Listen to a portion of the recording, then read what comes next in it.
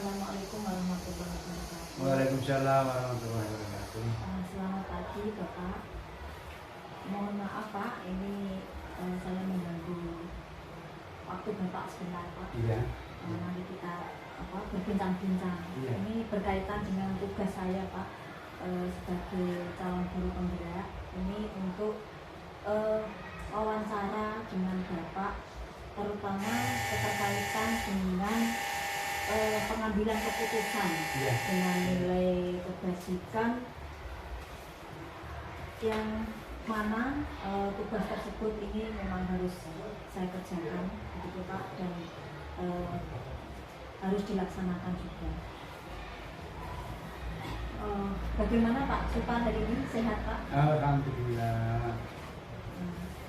Ini ya Pak, langsung saja ke topik permasalahan. Ini tentang pengambilan keputusan dari pimpinan Iya. berdasarkan nilai-nilai yang baik atau nilai kebajikan. Iya.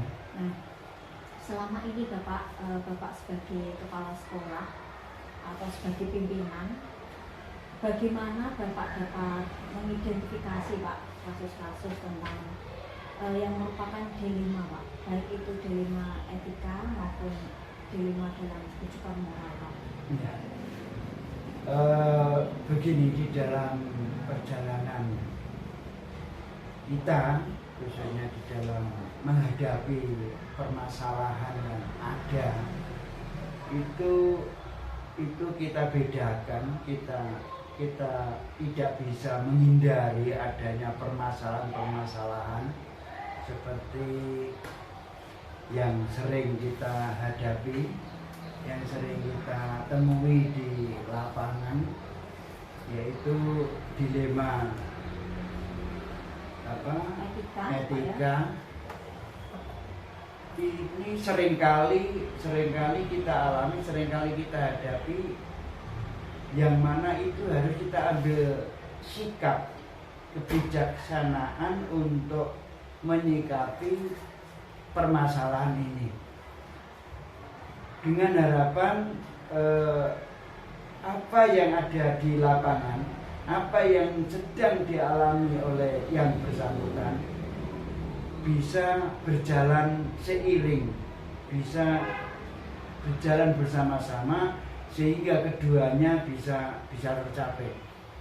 Meskipun di dalam pengambilan keputusan ini ada pihak-pihak yang dirugikan, tentang itu sedikit tetap ada yang dirugikan. Sebagai contoh misalnya di dalam melaksanakan dua pekerjaan yang sama-sama penting, yang sama-sama ditunggu, yang sama-sama diharapkan selesai, salah satu harus dikorbankan dengan konsep atau bentuk pembelajaran atau bentuk kegiatan yang lain, contohnya seperti itu. Ini akan sedikit banyak akan merugikan pihak-pihak tertentu, hanya sedikit. Tetapi ini tidak bisa dihindari karena ini memang di lapangan seperti itu. Begitu.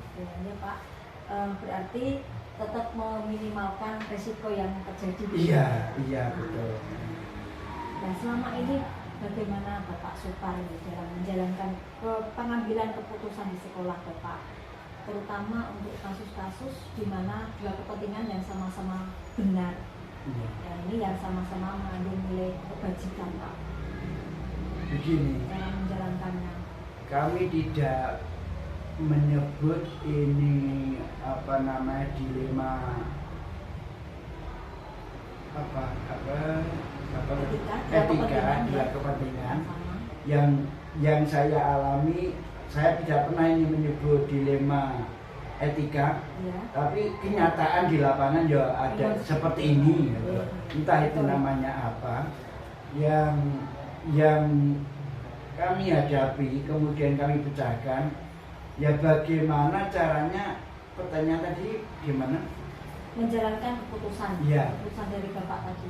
Iya, ya itu tadi kami tidak bisa berpihak pada salah satu kepentingan yang sedang dialami atau yang sedang dikerjakan atau yang sedang berlangsung, kami harus mempertimbangkan kedua-duanya ini berjalan dan mencapai tujuan.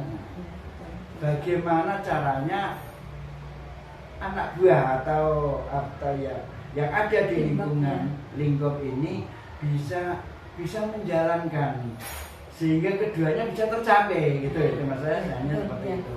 Nah itu namanya dilema etika atau apa, kami tidak pernah menyebut itu, tapi yang kami laksanakan seperti itu. Nah, sehingga ada istilahnya seorang pimpinan itu dibutuhkan kebijaksanaannya, yaitu tadi piye carane kedua belah pihak ini sama-sama tercapai, sama-sama mendapatkan keuntungan, tapi dia itu tadi meminimalkan resiko atau yang kerugian gitu. Ya betul sekali itu Pak. Karena di kegiatan ini memang sebelumnya saya juga belum belajar tentang itu Pak, tapi waktu pembelajaran tentang dilema ini ya itu namanya dilema etika. Iya. Nah, kemudian langkah-langkah Pak, langkah-langkah yang biasa Bapak lakukan dalam pengambilan kebijakan tadi apa Pak? Di dalam pelaksanaan pengambilan kebijaksanaan kami memperhitungkan fakta-fakta kami memperhitungkan yang ada di lapangan, betul, yang ada di lapangan, sehingga dari kejadian selama ini kami bisa menyimpulkan karena keterkaitan dengan kehidupan bermasyarakat, contohnya individu dengan kelompok. Nah ini kami harus jeli sebab kalau tidak hati-hati kami akan berbenturan, dan ini tidak boleh berbenturan. Ya, ini yang kami ambil langkah kehati-hatian ini, kami mengambil langkah dengan memperhitungkan keadaan di lapangan. Kami panggil yang bersangkutan, kami tanya tujuan dalam melaksanakan ini tujuannya apa, dengan cara bagaimana, baru kami ambil keputusan. Ya betul sekali Pak, step by step kita. Iya. Kemudian hal apa saja Pak yang dianggap paling efektif Pak dalam pengambilan keputusan?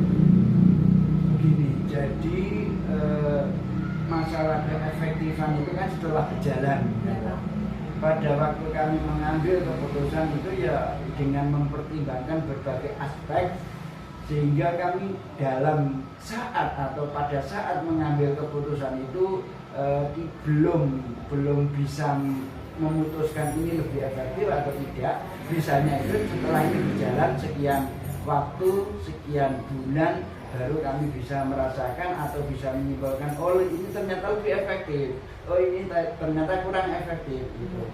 Nah ini saya yang saya ambil adalah yang terbaik menurut saya selaku pimpinan dan menurut individu yang selaku pelakunya itu. Kami kok sinkronkan, kami kesepakati, oh HPF begini gitu. Ya betul sekali Pak. Kemudian tentunya Pak dalam pengambilan keputusan itu ada tantangan Pak. Kira-kira tantangan yang dihadapi Bapak selama ini dalam pengambilan keputusan? Ya, pasti setiap langkah atau setiap keputusan, setiap tindakan apapun pasti ada resikonya. Ya, termasuk di dalam memutuskan atau di dalam menangani dilema etika tadi, tidak lepas dari resiko yang kami alami selama ini ya, dari pihak-pihak lain, dari pihak-pihak yang tidak memahami tentang dilema atau kasusnya. Nah, itu mungkin mempunyai anggapan atau mempunyai penilaian karena dia belum tahu, mempunyai penilaian yang kurang baik atau yang negatif. Itu kemudian jelas ketika kami mengambil keputusan untuk menentukan kebijaksanaan tersebut tentu ada pihak-pihak yang pakai saya sedikit dirugikan. Iya, iya. Kemudian itu mungkin gitu ya Pak, untuk pengambilan keputusan tantangannya mungkin khawatir kalau itu tidak adil, mungkin ya, tidak betul. toleran, mungkin seperti itu, ada sebagian kecil yang menganggap seperti itu. Iya. Kemudian begini Pak, apabila itu ada kasus atau dilema seperti itu Pak, apakah Bapak langsung menindaklanjuti atau membuat jadwal atau bagaimana dalam pengambilan keputusan Pak? Iya. Begini, dari yang sudah kami alami selama ini, kami pelajari dulu permasalahan yang ada, kami catat dalam sebuah agenda. Kami kemudian kami musyawarahkan, kami pecahkan bersama. Setelah itu kami beri masukan, kami pecahkan kepada yang bersangkutan, APE seperti ini, langkah berikutnya seperti ini, itu yang kami ambil.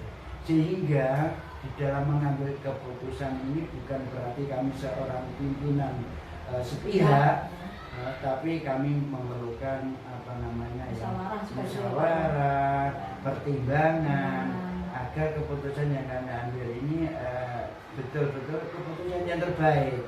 Sehingga kalau keputusan yang terbaik ini ya dilaksanakan dengan penuh ikhlas gitu. Maksudnya seperti itu. Kalau misalnya Pak ada permasalahan itu yang sekiranya tidak terlalu rumit, bisa langsung Bapak misalnya mengambil keputusan, bisa pada waktu terjadi atau tetap masih dipertimbangkan? Tetap kami melalui proses yang seperti saya sebutkan di atas. Sebuah keputusan yang kami ambil secara tiba-tiba, secara mendadak, tetap hasilnya akan kurang maksimal. Betul Pak. Nah, selanjutnya berkaitan dengan tadi Pak, karena ada jadwal, ada waktu gitu kan.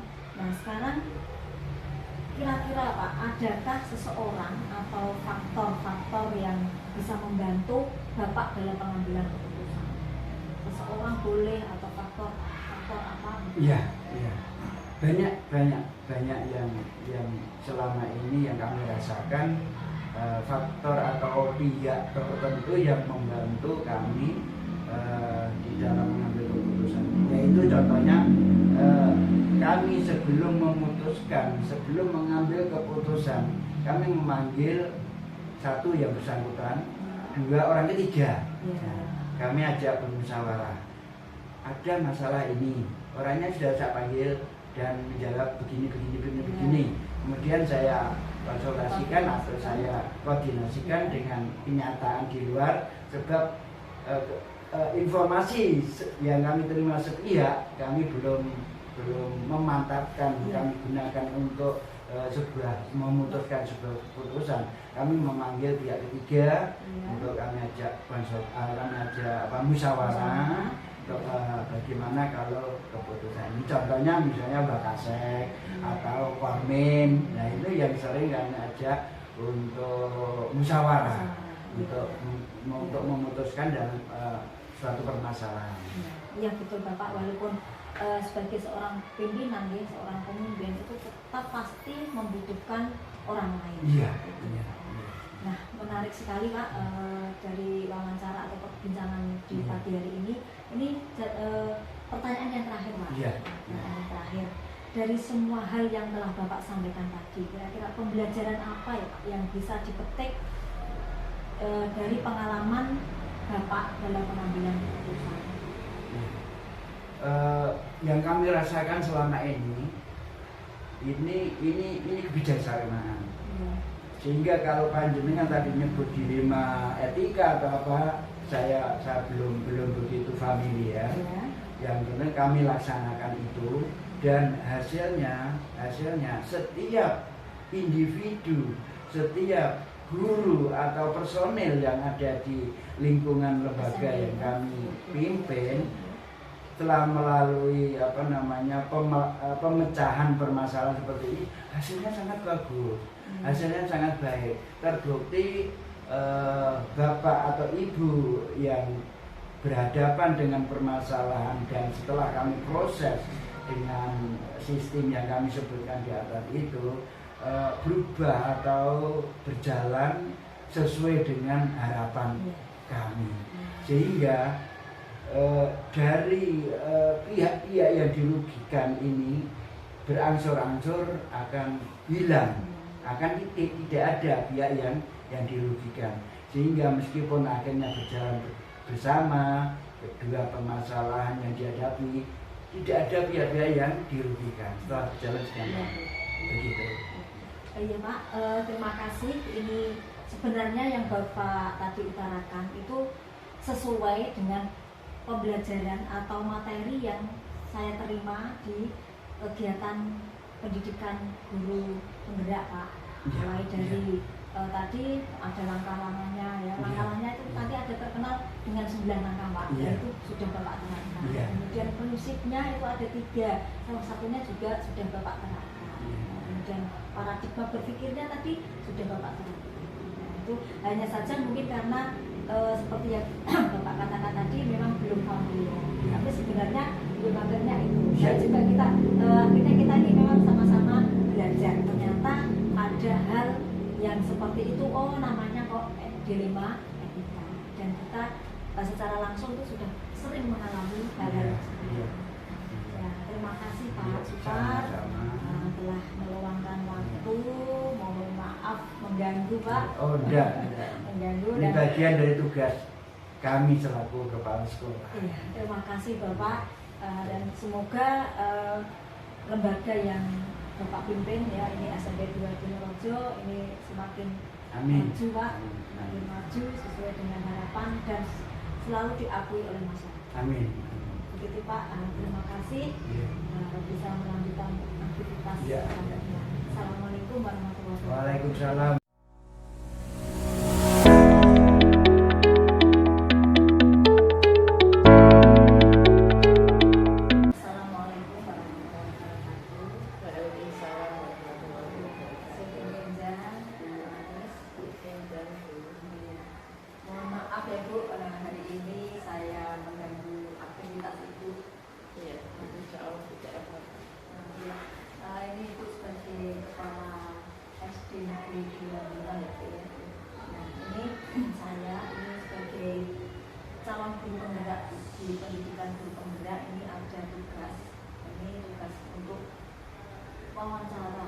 Wawancara di mana wawancara itu temanya ini tentang pengambilan keputusan bernilai kelanjutan dengan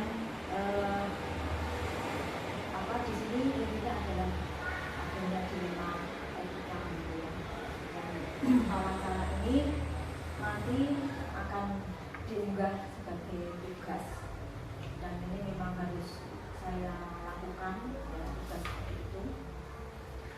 Nah, ini pengambilan keputusan berbasis nilai kelanjutan ini sebagai seorang pemimpin itu temanya. Nah, ini langsung saja ke wawancara ya Bu ya. Selama Ibu menjadi kepala sekolah atau menjadi pemimpin, ini apakah pernah ada masalah atau ada kasus yang Ibu hadapi di sekolah?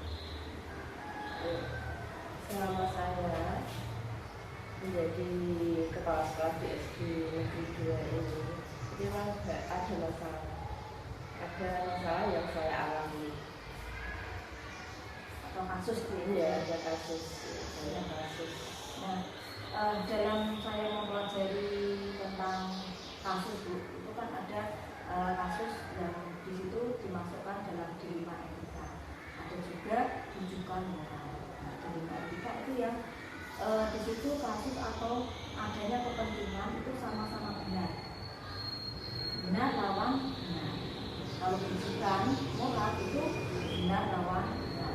Nah, ini yang saya tanyakan, bagaimana Ibu dalam mengidentifikasi etika atau mengidentifikasi kasus-kasus yang merupakan etika, dilema etika atau persoalan. Selama ini saya mengidentifikasi masalah itu, ya kasus-kasus yang selama ini saya alami itu kami membandingkan antara nilai yang bertentangan, misalnya nilai yang benar tadi, terus melawan nilai yang benar. Maka ini saya identifikasi ke kasus dilema etika. Sedangkan misalnya ada kasus yang benar terus melawan yang salah, itu akan saya identifikasi ke kasus bujukan moral. Jadi saya identifikasi dulu permasalahan kasus yang kami hadapi. Betul Ibu ya. Selanjutnya ini bagaimana Ibu dalam pengambilan keputusan di sekolah, terutama untuk kasus-kasus di mana dua kepentingan itu sama-sama benar atau sama-sama mengandung nilai kebajikan. Ini apa yang Ibu jalankan? Kalau memang kasus itu kok benar terus melawan benar, ya itu saya menjalankan atau mengambil keputusan di sekolah dari kasus-kasus tersebut itu melakukan uji keputusan melalui 9 langkah yang dapat menggiring kita dalam situasi dan nilai yang bertentangan, seperti itu. Ya, tentu saja tadi ya Bu ya, setelah diidentifikasi, kemudian diuji gitu ya, kira-kira kasusnya ini bagaimana, seperti itu ya. Nah, selanjutnya langkah-langkah atau prosedur seperti apa yang bisa dilakukan selama ini? Langkah-langkahnya Langkah-langkah yang bisa yang saya lakukan dalam mengidentifikasi kasus yang kami alami itu, kami merujuk ke 4 paradigma. Keempat paradigma dilema etika dalam mengambil keputusan tersebut. Dan di samping 4 paradigma itu kami juga menggunakan 3 prinsip dalam mengambil keputusan yang harus kami ambil secara tepat dan harus ya, tidak bertentangan ya, dari 4 paradigma itu mungkin diambil salah satu ya, entah itu individu melawan kelompok gitu ya, atau jangka pendek melawan jangka panjang, begitu ya, nanti tinggal melihat situasi yang ada. Baik Bu, kemudian hal apa saja yang selama ini Ibu anggap efektif dalam pengambilan keputusan dalam kasus dilema etika? Kami dalam mengambil keputusan kasus dilema etika itu ketika saya menghadapi kasus yang bertentangan antara keadilan, kebenaran, toleransi, dan kesetiaan. Jadi saya dalam mengambil keputusan itu dalam dilema etika itu ketika saya menghadapi kasus-kasus yang bertentangan. Kemudian tantangan apa Bu yang Ibu hadapi kira-kira dalam pengambilan keputusan? Khawatir tantangannya itu bagaimana? Khawatir tidak nanti ada pihak yang dirugikan atau bagaimana?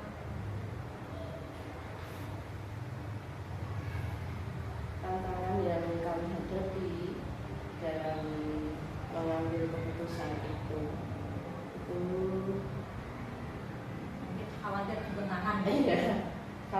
karena kalau di sekolah kami itu kan tidak ada TE ya. Jadi guru itu tugasnya itu merangkap. Kadang ada yang merangkap dengan BMD, karena BMD di SD juga sekarang itu sudah online semua, harus sesuai dengan kendaraan dubus itu harus sinkron. Jadi ya itu memang banyak sekali kalau di SD itu yang bertentangan. Terus di samping itu juga guru juga ada yang merangkap operator, ada yang merangkap bendahara bus. Ya, dari guru-guru tersebut itu yang biasanya itu tantangan ya, jadi tantangan. Jadinya ini khawatir, kadang khawatir juga itu yang khawatir atau dalam pengambilan keputusan nanti itu mengecewakan atau mungkin ada pihak yang dirugikan seperti itu ya. Selanjutnya, apakah ibu punya jadwal ya, punya jadwal tertentu nih dalam penyelesaian kasus? Misalnya ada dilema atau ada kasus tertentu, itu ibu langsung menyelesaikan di tempat atau dengan melakukan pertimbangan dengan kapan waktunya atau gimana? Kalau terjadi kasus seperti itu, kami tidak langsung memutuskan di tempat. Akan kami pertimbangkan, mungkin kalau perlu kita musyawarahkan juga akan kami musyawarahkan dengan guru-guru.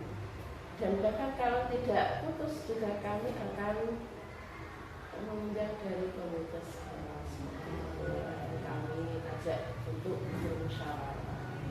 Itu dari jadwalnya ya. Kemudian kira-kira ada faktor atau seseorang atau siapapun lah yang bisa membantu dalam ibu memutuskan suatu pengambilan keputusan itu. Apakah ada seseorang atau faktor yang ikut membantu? Faktor yang mungkin dari komite tadi ya. Iya, mungkin kalau tergantung kasus yang kami alami gitu. Kalau memang kasus itu mungkin dari kami di sekolah ini kok sudah bisa menyelesaikan atau tidak terjadi masalah yang bertentangan, itu mungkin kami bisa memutuskan di sekolah.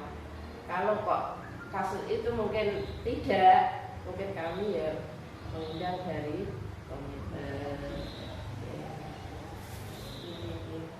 Kalau di SD tidak ada wakil kelas sekolah ya? Tidak ada. Sehingga mungkin seseorang itu ya bisa dari guru, mungkin dari komite. Nah, ini ya Bu ya, dari hasil wawancara dari awal sampai akhir ini pertanyaan yang terakhir Bu. Kira-kira pelajaran apa yang bisa Ibu ambil atau Ibu petik dalam pengalaman pengambilan keputusan? Dari pengalaman tadi kasus yang kami alami itu banyak hal yang bisa kami ambil pelajaran. Dari situ kami bisa mempertimbangkan dengan matang, dengan cermat dan pengujian yang tepat atas kasus-kasus yang selama ini kami alami. Tentunya dalam pengambilan keputusan ini diharapkan bisa adil, adil, kemudian bisa diterima oleh semua pihak. Walaupun tentu saja kalau ada dua pertentangan yang berbeda, ini pasti ada lah resiko ya. Tapi kita diusahakan untuk mengambil resiko yang terkecil ya. Seperti itu ya Bu ya. Terima kasih Bu sudah bisa menemani saya untuk berbincang-bincang dalam hal pengambilan keputusan. Dan ini semoga Ibu dalam memimpin SD 2 Brimob ini semakin jaya, semakin maju, anak-anak semakin sukses, ya. Kemudian yang menghasilkan atau outputnya nanti menjadi anak yang berprestasi. Terima kasih dan mohon maaf. Ibu bisa melanjutkan aktivitas kembali. Assalamualaikum warahmatullahi wabarakatuh. Waalaikumsalam warahmatullahi wabarakatuh.